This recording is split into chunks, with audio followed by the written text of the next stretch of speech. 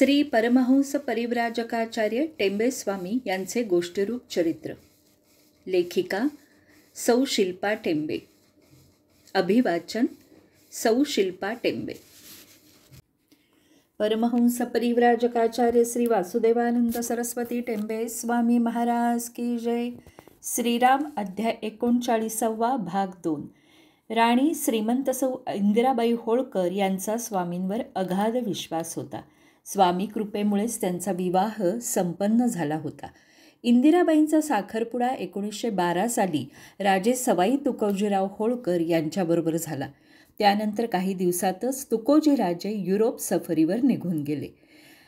ते 10-11 महिने झाले तरी परतण्याचे नावच घेईनात. वधूच्या घरचे सर्वजण चिंतेत पडले. वधूपिता अनंतराव तालचेलकर यांना काय करावे हेच सुचेना. थोरा मोठ्यांची सोयरीक जुळवल्याने उणे अधिक बोलणेही शक्य होईना. मुलीचा साखरपुडा तर झाला होता, पण समाजाला काय सांगायचे, किती वाट पाहायची या विचारांनी सर्व मंडळी चिंतेत पडली. तालचेरकर कुटुंब धार्मिक होते. नियमित ते वाडीला जात असत.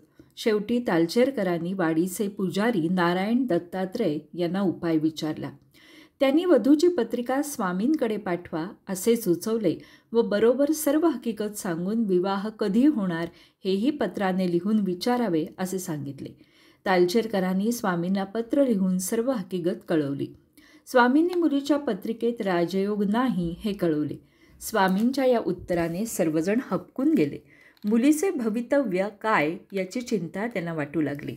श्री स्वामींचे वाक्य म्हणजे ब्रह्मवाक्य, परंतु त्यांच्या सामर्थ्यावर विश्वास ठेवून पुजारी आणि तालचेरकरांनी स्वामींना परत पत्र पाठवले व लिहिले, मुलीची पत्रिका आपल्या हातात आहे तेव्हा मुलीचं लग्न तेथेच होणार याची आम्हाला खात्री आहे.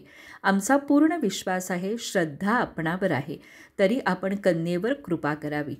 स्वामींना पत्रिका मिळताच त्यांनी पुन्हा एकदा पत्रिका पाहिली, परंतु त्यात राजयोगाची स्थिती नव्हती. पण ही कन्या पुढे भरपूर धार्मिक कार्य करणार हे स्वामींना कळाले. आपल्यावर असलेली तिची निष्ठा भक्ती स्वामींनी जाणली. ती आपली करुणा भागते आणि प्रार्थना करते की आपल्या लेकीच्या भाग्याला सावरा. साखरपुडा होऊनही माझ्या माथी बेअब्रू मानहानी येईल का? आपणच माझे मायबाप आहात. तुमच्या कृपेने नव्हत्याचे होते होईल, माझा विवाह होईल. ही प्रार्थना स्वामींपर्यंत पोहोचली. त्यांनी पुजाऱ्यास पत्र लिहिले व सांगितले, मुलीकडून निष्काम शिवाराधना करून घ्यावी. दिलेल्या मंत्राचा 108 वेळा जप करावा. फक्त 4 दिवस स्त्री धर्माच्या वेळी जप टाळावा. मुलीचे मार्गशीर्ष महिन्यात कार्य होईल. नारायण दत्तात्रय पुजाऱ्यांनी तालचेरकरांना अनुष्ठान पत्राद्वारे पाठवले. तालचेरकरांनी इंदिराबाईंकडून ते करवून घेतले. पुढे होळकर परदेशवारी संपवून परतले आणि तयारीला लागले. मार्गशीर्ष शुद्ध नवमी सोमवार शके 1835 इसवी सन 1913 या शुभ दिवशी विवाह संपन्न झाला. इंदिराबाई राणी झाल्या. गुरुकृपेमुळेच आपला विवाह झाला असा विश्वास त्यांना होता. कन्या म्हणून स्वामींनी आपला प्रण पुरा केला. या कन्येनेही पितृगुरूचे नित्यस्मरण ठेवले. गरुडेश्वरी नर्मदेवर घाट बांधले. माणगावला स्वामींनी स्थापन केलेल्या दत्त मंदिराची नव्याने उभारणी केली. विहीर बांधली, त्यावर पंपही बसवला आणि देवस्थानास खर्चास देणगी दिली. कुरवपूरचे मंदिरही उभारले. कारंजा बडवाई येथेही अमाप देणग्या दिल्या. स्वामींची स्मृती सदैव जपली. स्वामींच्या पर्णकुटीत दत्तमूर्तीपाशी साप निघाला.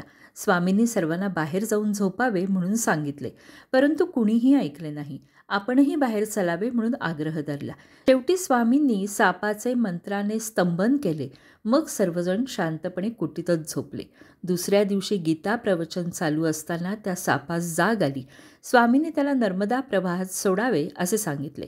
लोकांनी स्वामींची आज्ञा शिरसावंद्य मानून सापास नर्मदेत सोडले. स्वामींपुढे जे धन जमे ते एका डाब्यात घालून ठेवले जाई. त्यातून सर्व खर्च चालत असे. रामभाऊ सबनीस ही सर्व व्यवस्था पाहत. एके दिवशी डब्यातील सर्व धन संपून फक्त 3 रुपये राहिले. सबनीसांना आता खर्चाची जुळणी कशी करावी असा प्रश्न पडला. त्यांनी स्वामींना नमस्कार करून सर्व कहाणी सांगितली.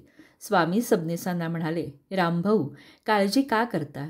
देवेच्छेनी सर्व व्यवस्था होईल. शांत राहून पाहत राहा. समजा पैसे नाही झाले तर नर्मदेचे पाणी आहे भरपूर.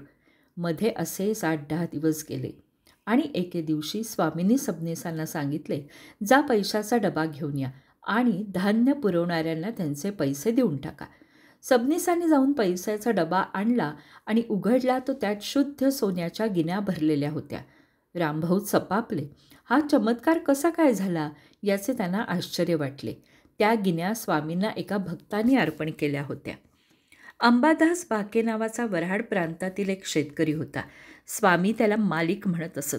स्वामी वऱ्हाड प्रांतातून प्रवास करत असताना या अंबादासाच्या शेतातून चालत गेले आणि त्याचे भाग्य उजळले. त्याचे सामान्य शेत स्वामींच्या पदस्पर्शाने पावन झाले आणि शेतात भरघोस पीक येऊ लागले आणि त्याला अतोनात उत्पन्न मिळू लागले. तेव्हापासून नियमितपणे हा अंबादास आपल्या उत्पन्नातील काही वाटा श्री गुरूंच्या चरणी अर्पण करत असे. त्याला स्वामींनी विशेष साधनाही सांगितली होती. मालिक कागदावर रोज रामनाम लिहावे आणि कागद पिठात घालून ते पीठ मळावे, त्याच्या गोळ्या करून माशांना घालाव्या, त्यामुळे सर्वात्मा संतुष्ट होईल. ही साधना अंबादासाने जन्मभर मोठ्या निष्ठेने श्रद्धेने केली. त्याचे जीवन सफल समृद्ध झाले. या सर्व गोष्टींची सबनीसांना काहीच माहिती नव्हती. पैशाची अडचण दूर झाल्याने ते आनंदित झाले. स्वामींकडे अनेक लोक आपल्या अडचणी घेऊन येत. स्वामी त्यांच्या गरजा सोडवून, दुःखे संकटे दूर करून त्यांना योग्य तो परमार्थाचा मार्ग दाखवत, भक्ती मार्गाकडे वळवत. एक दिवस एक गृहस्थ येऊन स्वामींना साष्टांग दंडवत घालून विचारू लागला की महाराज, ज्ञान आणि भक्ती या दोन्ही भिन्न आहेत का?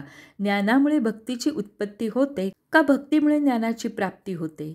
याचे आपण कृपा करून निरसन करावे. स्वामींनी त्याला अपादमस्तक न्याहाळले व त्याची इच्छा जाणून त्याला स्पष्ट करून सांगितले, शेतजमीन चांगली नांगरून तिची उत्तम मशागत करावी लागते. नंतर चांगले बीज त्यात रोवले तरच उत्कृष्ट भरपूर पीक येते. तशीच मनाची मशागत उत्तम मेहनतीने करावी लागते. तेव्हाच मन, बुद्धी शुद्ध होऊन उच्च अध्यात्माची प्राप्ती होते.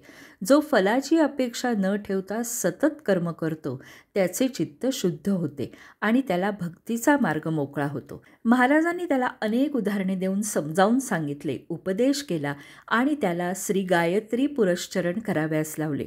शेवटी तो निष्काम बुद्धीने हरिनामात रमला. एक आंग्ल विद्या विभूषित स्वामींना भेटायला आला. तो अत्यंत अहंकारी, आत्मप्रौढी मिरवणारा असा होता. त्याच्या बोलण्यात जराही नम्रता नव्हती. महाराजांनी त्याला निरखून पाहिले आणि त्यांना वाटले याची निर्भत्सना करून याला मार्गावर आणावे. स्वामी तिखट स्वरात त्याला म्हणाले, आपण इतक्या दूर कशासाठी आलात? वरवर जरी आपण सभ्य वाटत असलात तरी अंतरी आपण नास्तिक आहात. यज्ञोपवित आपले धड नाही आणि कसले वेदांताची शंका घेऊन आला आहात? हे स्वामींचे बोल ऐकल्यावर सत्यता पाहण्यासाठी त्या माणसाने अंगावरील कपडे काढून बघितले तर त्याला जानवे तुटलेले दिसले. हे पाहून तो स्वामींची क्षमा मागू लागला आणि त्यांना शरण गेला. त्याचा अहंकार गळून पडला आणि तो अत्यंत लीन झाला. हे पाहून स्वामींनी त्याच्याकडे प्रेमाने कटाक्ष टाकला आणि सांगितले, आपण आता येथून जावे आणि यथाविधी प्रायश्चित्त घेऊन धार्मिक आचरण पाळू लागलात की आपोआप वेदांत जाणण्याची पात्रता येईल. असे म्हणून स्वामींनी त्याला प्रसाद दिला व आपल्या गावी जावे असे सांगितले. गरुडेश्वरला महाराज असताना त्यांनी चित्सद्बोधन नक्षत्रमाला प्राकृत भाषेत छापून घेतली. जे जे शास्त्रशुद्ध आचरण करीत आणि ज्यांना वेदांत जाणण्याची जिज्ञासा आहे, तीव्र इच्छा आहे, अशा लोकांना त्यांचा उद्धार व्हावा या हेतूने हे छापील ग्रंथ महाराज स्वहस्ते त्यांना देत. तसेच श्री दत्त भावसुधारस स्तोत्र म्हणावयास सांगत. पंचदशी, भगवद्गीता, उपनिषद यासारखे ग्रंथ समजावून सांगत. प्रातःकाळी मुमुक्ष ब्रह्मवृंद हे ऐकण्यास असत. सद्गुरूंच्या सहवासात प्रत्येकजण ज्ञानाने उजळून निघे.